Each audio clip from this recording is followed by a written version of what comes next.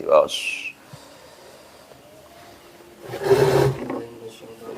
Bismillahirrahmanirrahim.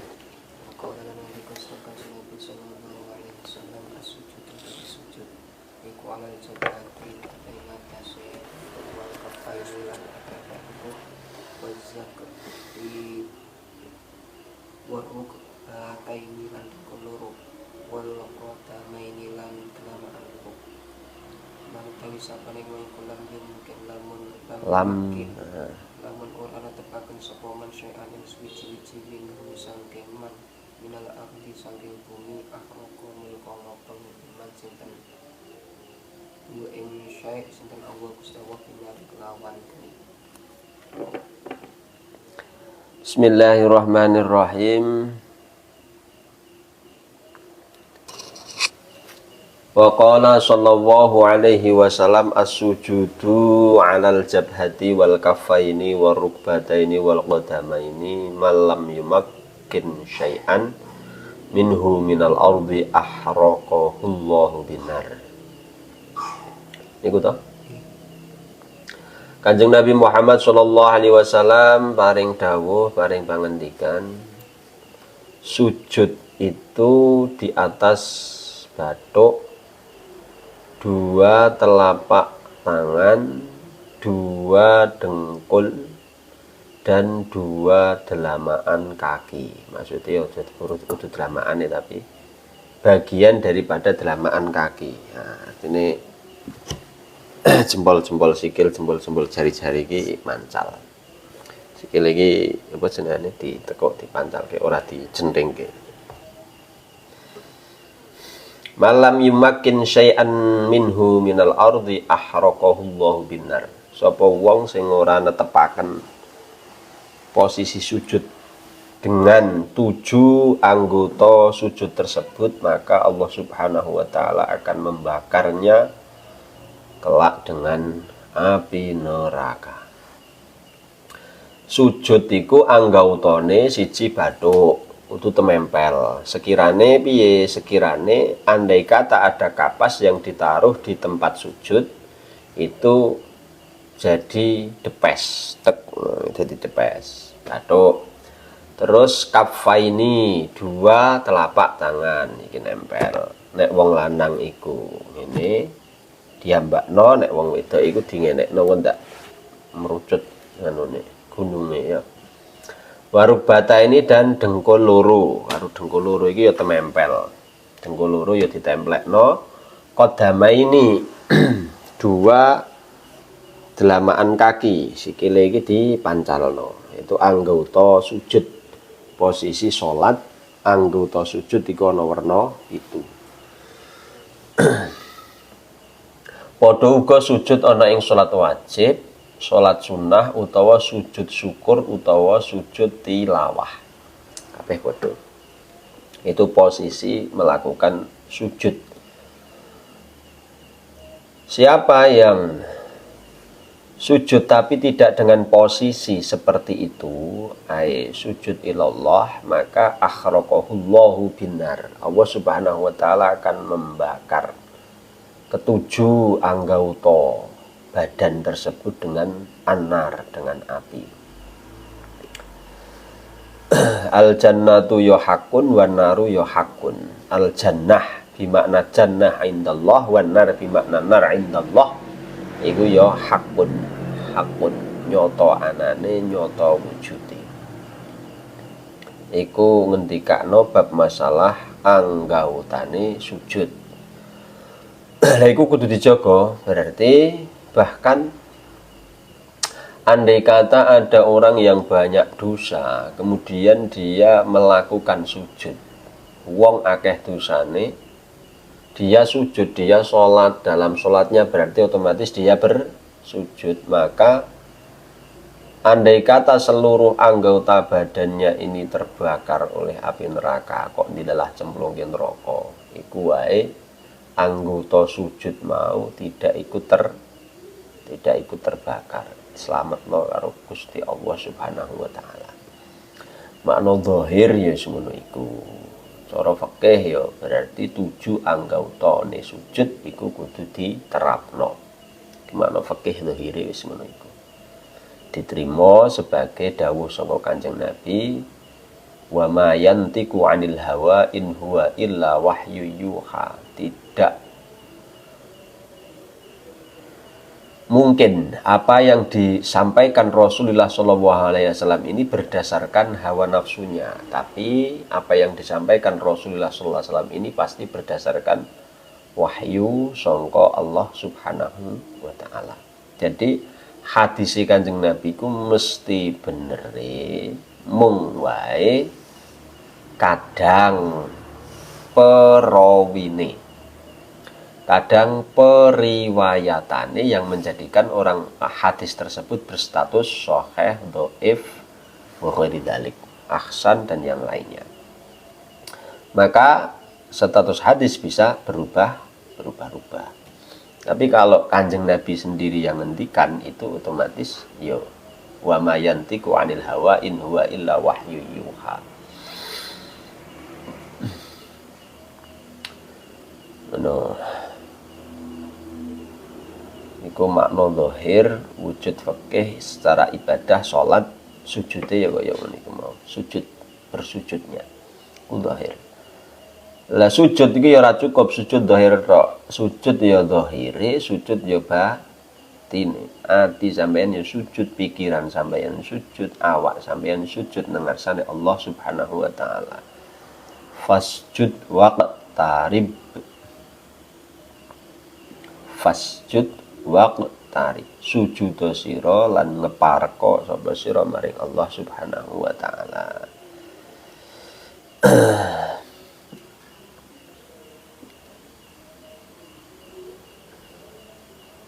Lajeng lanjutane. A'udzu billahi minasyaitonir rajim. Bismillahirrahmanirrahim. Tarhibu tawili kiku tawati minal nuri sangking lipat baina yadayil musalli ing dalem ngarepe wong kang salat.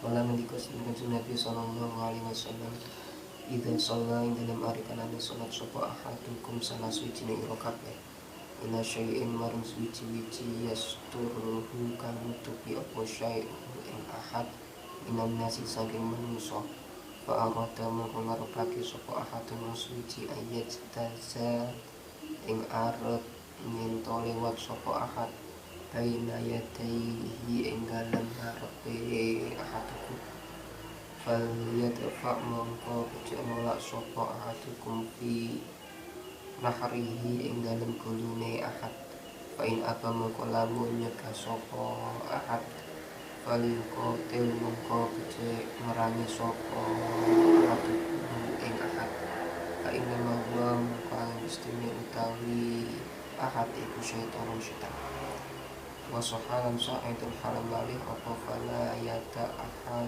dan yamuru baina yadayhi fala yata mongko aja ninggal sapa ahadukum ahadan ing muswiji yamuru kang liwat sapa ahad baina yadayhi ing dalem ngarepe ahadukum bain apa mongko lamun emas sapa ahad fal yuqatil mongko matenono sapa ahadukum ing ahad fa inna ma'ahu mongko temestune iku sertane ahad al-qarina ono maujud setan kang den Gandeng menungso.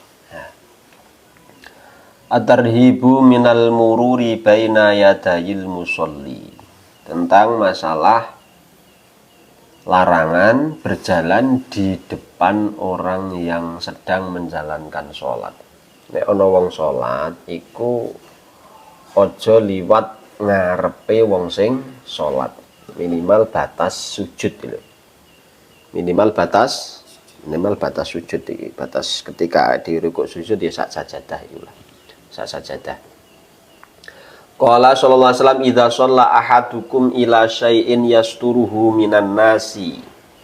Ketika sampeyan sholat di tempat yang terbuka mestine atau di tempat yang umum, semisal nang lapangan atau sampeyan sholat nang nggon masjid. Masjid kan ya umum ya, tapi tidak pas waktu jamaah dan yang lainnya. Nah ini bikinlah pembatas, buatlah buatlah pembatas. Ahadukum ila syai'in yasturuhu minan nas, yang dapat diketahui oleh orang bahwa kamu itu sedang sholat. Misalkan dengan sajadah. Sampean ketika sholat nganggo sajadah, digelar sajadah terus sampean ngadeg Allah Akbar sedekap ini. Atau sampean mungkin mengikuti madhab yang tidak sedekap. Tangane ini. Iki deleono tondo supaya wong sing neng kono kuwi ngerti nek sampeyan ke posisi sholat, atau ketika ada orang yang datang supaya tahu bahwa kamu itu sedang sholat. Satu contoh dengan sajadah. Dengan sajadah ini sampeyan ngadeg. Kan roh sudah umum kalau itu sedang melakukan sholat. Fa'arada ahadun ayyajtaza baina yadayhi falyadfa fi nakhrihi. Maka ketika ada seseorang yang sengaja melewati atau lewat di depan orang yang sholat, jelas enek sajadah ini, itu kon nekat maju lewat sajadah ini, bukan lewat sananya. Lewat sana ini tidak apa-apa. Setelah batas sujud, nek ora ono batas sujude kene, tekan kono, sakpol kono. Tapi batas sujud inilah, batas sujud ini dengan sajadah iki mau. Kok dia nekat melompati utawa ngidak sajadah sampean, ngidak sajadah wong sing salat mau. Falyadfa fi nahrihi, maka tolaklah atau halangilah orang yang mau lewat di depan orang yang sholat tersebut fi nahrihi, di dalam gulune ahad.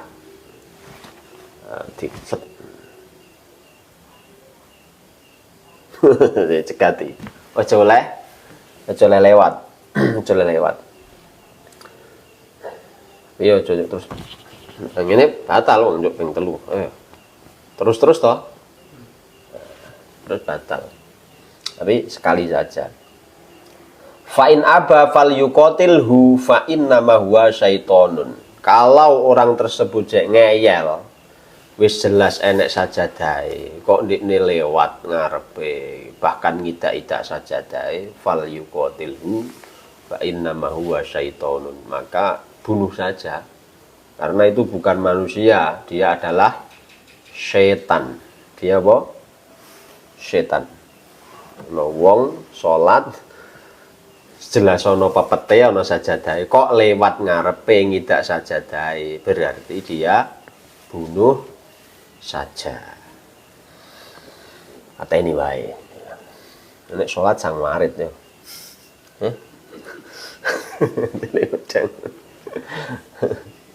Wasoh apa yang ngono maksudnya ya? Nek nang fikih ngono, maksudnya kalau di dalam redaksi fikih ya, karena fikih itu berhubungan dengan ubudiyah, sing berhubungan dengan batiniah itu hanya niat, ya falyuqatilhu ya pateni. Mesti pateni. Wa sahha aidan fala yada ahadun yamuru baina yadayhi fa in aba falyuqatilhu fa inna ma'ahul qarina. Disahihkan pula dalam satu riwayat bukan dengan redaksi falyadfa, tapi fala yada ahadun yamuru baina yadayhi fa in aba, dengan redaksi yang berbeda. Redaksinya sama, pokoknya jangan diperbolehkan orang tersebut melewati, melangkahi tempat di mana orang yang sedang sholat. Kalau ngeyel, falyuqatilhu, bunuh saja. Fa inna ma'hul qarina, karena dia sudah kang selupan iblis. Wis kang selupan demit. Kudune manunggal karo pangeran, malah manunggal karo setan, karo iblis. Pateni ae. Tapi ngono ya, Kang. Nggawa pedang ngono salat ya, Salat ngeyel set mati kau. Ekstrim gitu nih ya. Tapi apa yang ngono? Iya Mas. Nek cara fikih ya ngono sampeyan buka bab fikih ya ora oleh. Nunjukaken piye? Nunjukaken keharaman. Nunjukaken keharamane liwat ngarepe wong sing salat. Tapi ora njuk terus pateni tenan yo aja, yo juk. Ngarepe wong salat pateni yo ora. Maksudnya nang kene iki piye? Maksudnya ketika kamu melihat ada seseorang yang sedang menjalankan ibadah, hargailah dan hormatilah peribadatan orang tersebut. Jangan kamu ganggu. Ketika awake dhewe salat, ketika kita beribadah, maka kita akan tidak nyaman ketika ibadah kita, salat kita itu dihinakan, diremehke utawa dinyek atau dinistakan oleh orang lain. Maka jangan kamu menistakan orang yang sedang beribadah. Cara makna mafhumi lak dadi ngono ya. Karena kalau suatu peribadatan yang diyakini oleh seseorang terus kamu hinakan, kamu ganggu, kamu rendahkan, bahkan kamu halang-halangi atau kamu rusak peribadatannya, kamu hinakan, direndahkan, maka itu akan menimbulkan perseteruan yang pada akhirnya yo ora urunga paten-patenan. Ya. Mene saiki andai kata wong Islam lagi sholat terus toko-toko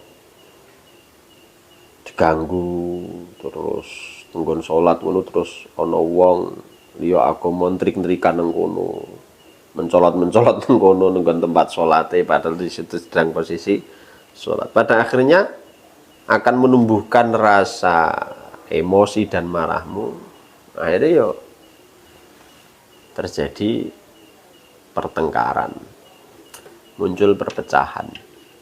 Begitu juga sebaliknya ketika kita mengganggu peribadatan orang selain orang yang mempunyai keyakinan yang sama dengan kita, maka ya mereka juga akan terusik karena itu adalah bentuk keyakinan. Apalagi ini hal ritual ibadah, maka jangan diganggu. Argumentasi saja.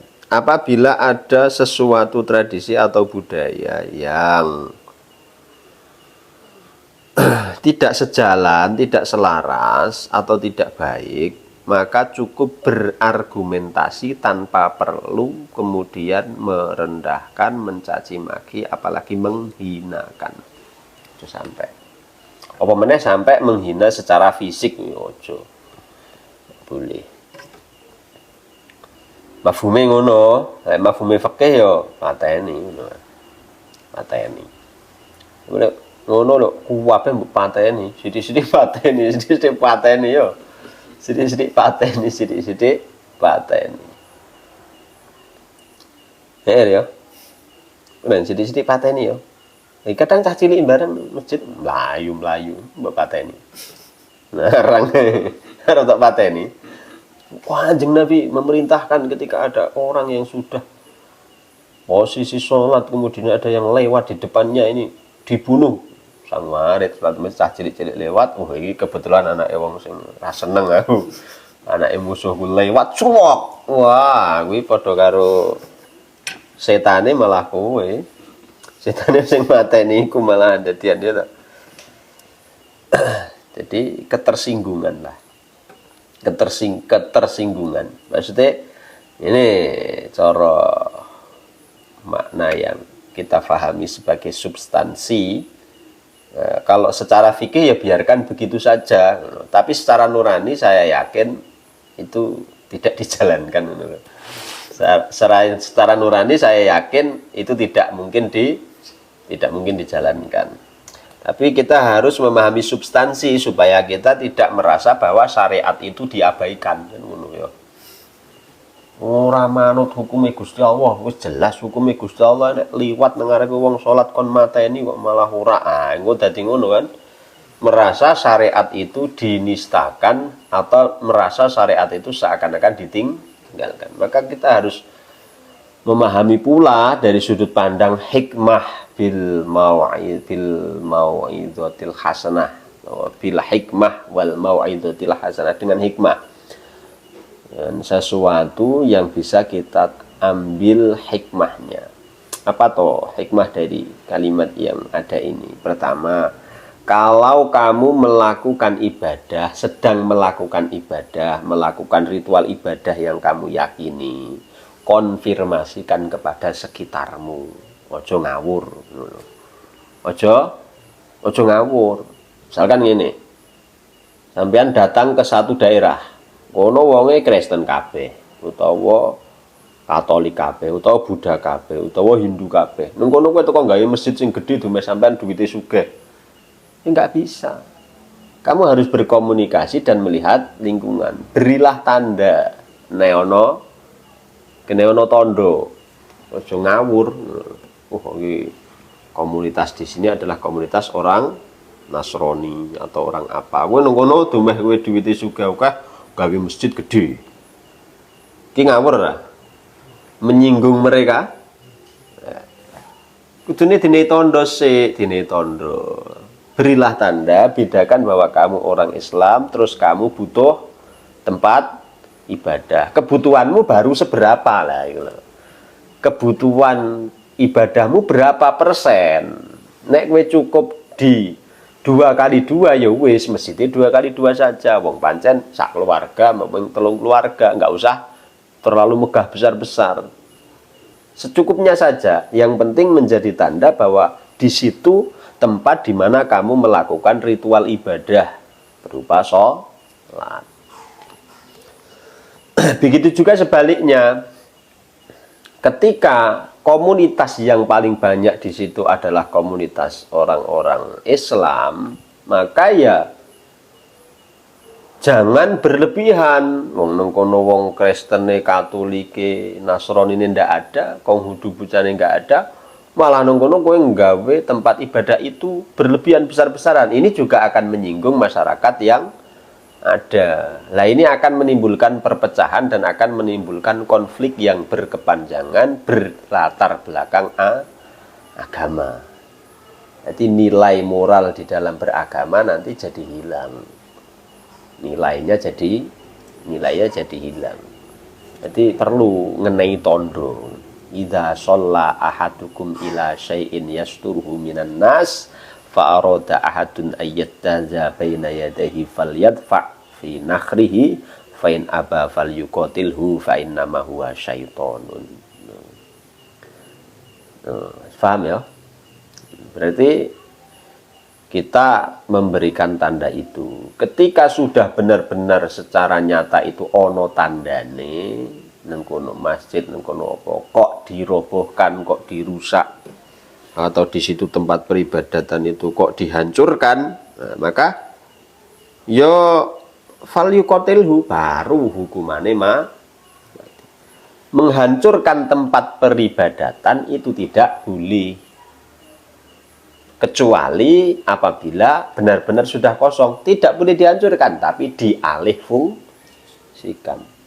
Makanya zaman-zaman dulu itu banyak yang tadinya itu gereja, setelah tidak ada orang-orang Nasrani, gerejanya tetap masih, tapi kemudian dialih fungsikan karena masyarakat sudah muslim berubah menjadi masjid. Dan tidak sedikit pula yang tadinya masjid berubah jadi kalau di Eropa kan mungkin pernah ada, di Spanyol di mana pernah ada ya, seperti Masjid Cordoba yang dulunya apa toh kan, saya mendelok sejarah, tidak dihancurkan. Lo malah saiki ono wong sing ngarep ngebom gereja, ngebom masjid. Lah ini falyuqatil. Orang-orang yang seperti ini yang harus kamu bunuh ini.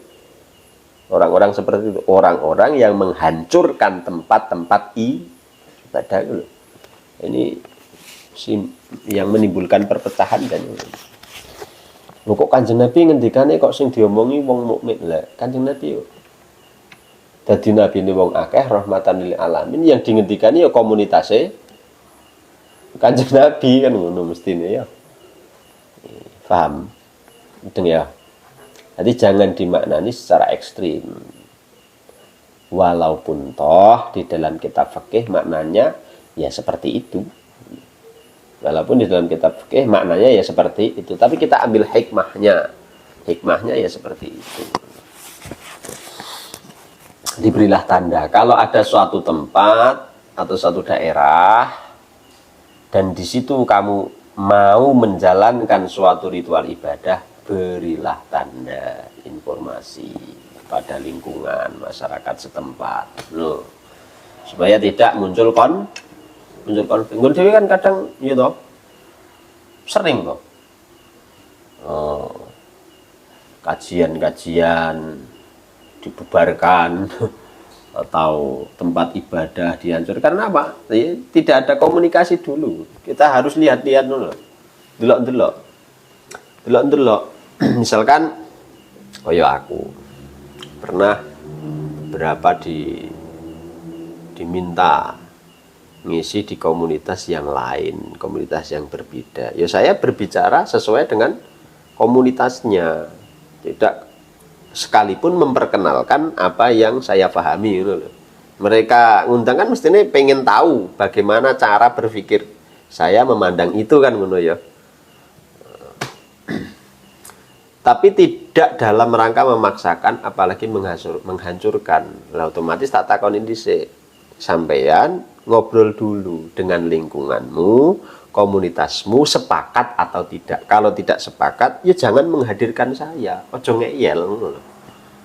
Kalau sudah sepakat, ya silahkan. Tapi kalau tidak sepakat, ya jangan menghadirkan saya. Karena ini akan menimbulkan konflik. Apalagi itu ritual ibadah. Kenapa kalimatnya kok fal yuqatil? Karena ini yang paling sensitif. Paling apa? Paling sensitif. Ibadah seseorang, keyakinannya diganggu, itu paling sensitif. Ini kudu roh. Ngon dhewe kudu dilatih janjane. Supaya tujuan daripada orang yang beragama itu tercapai. Tujuan daripada orang yang beragama tercapai.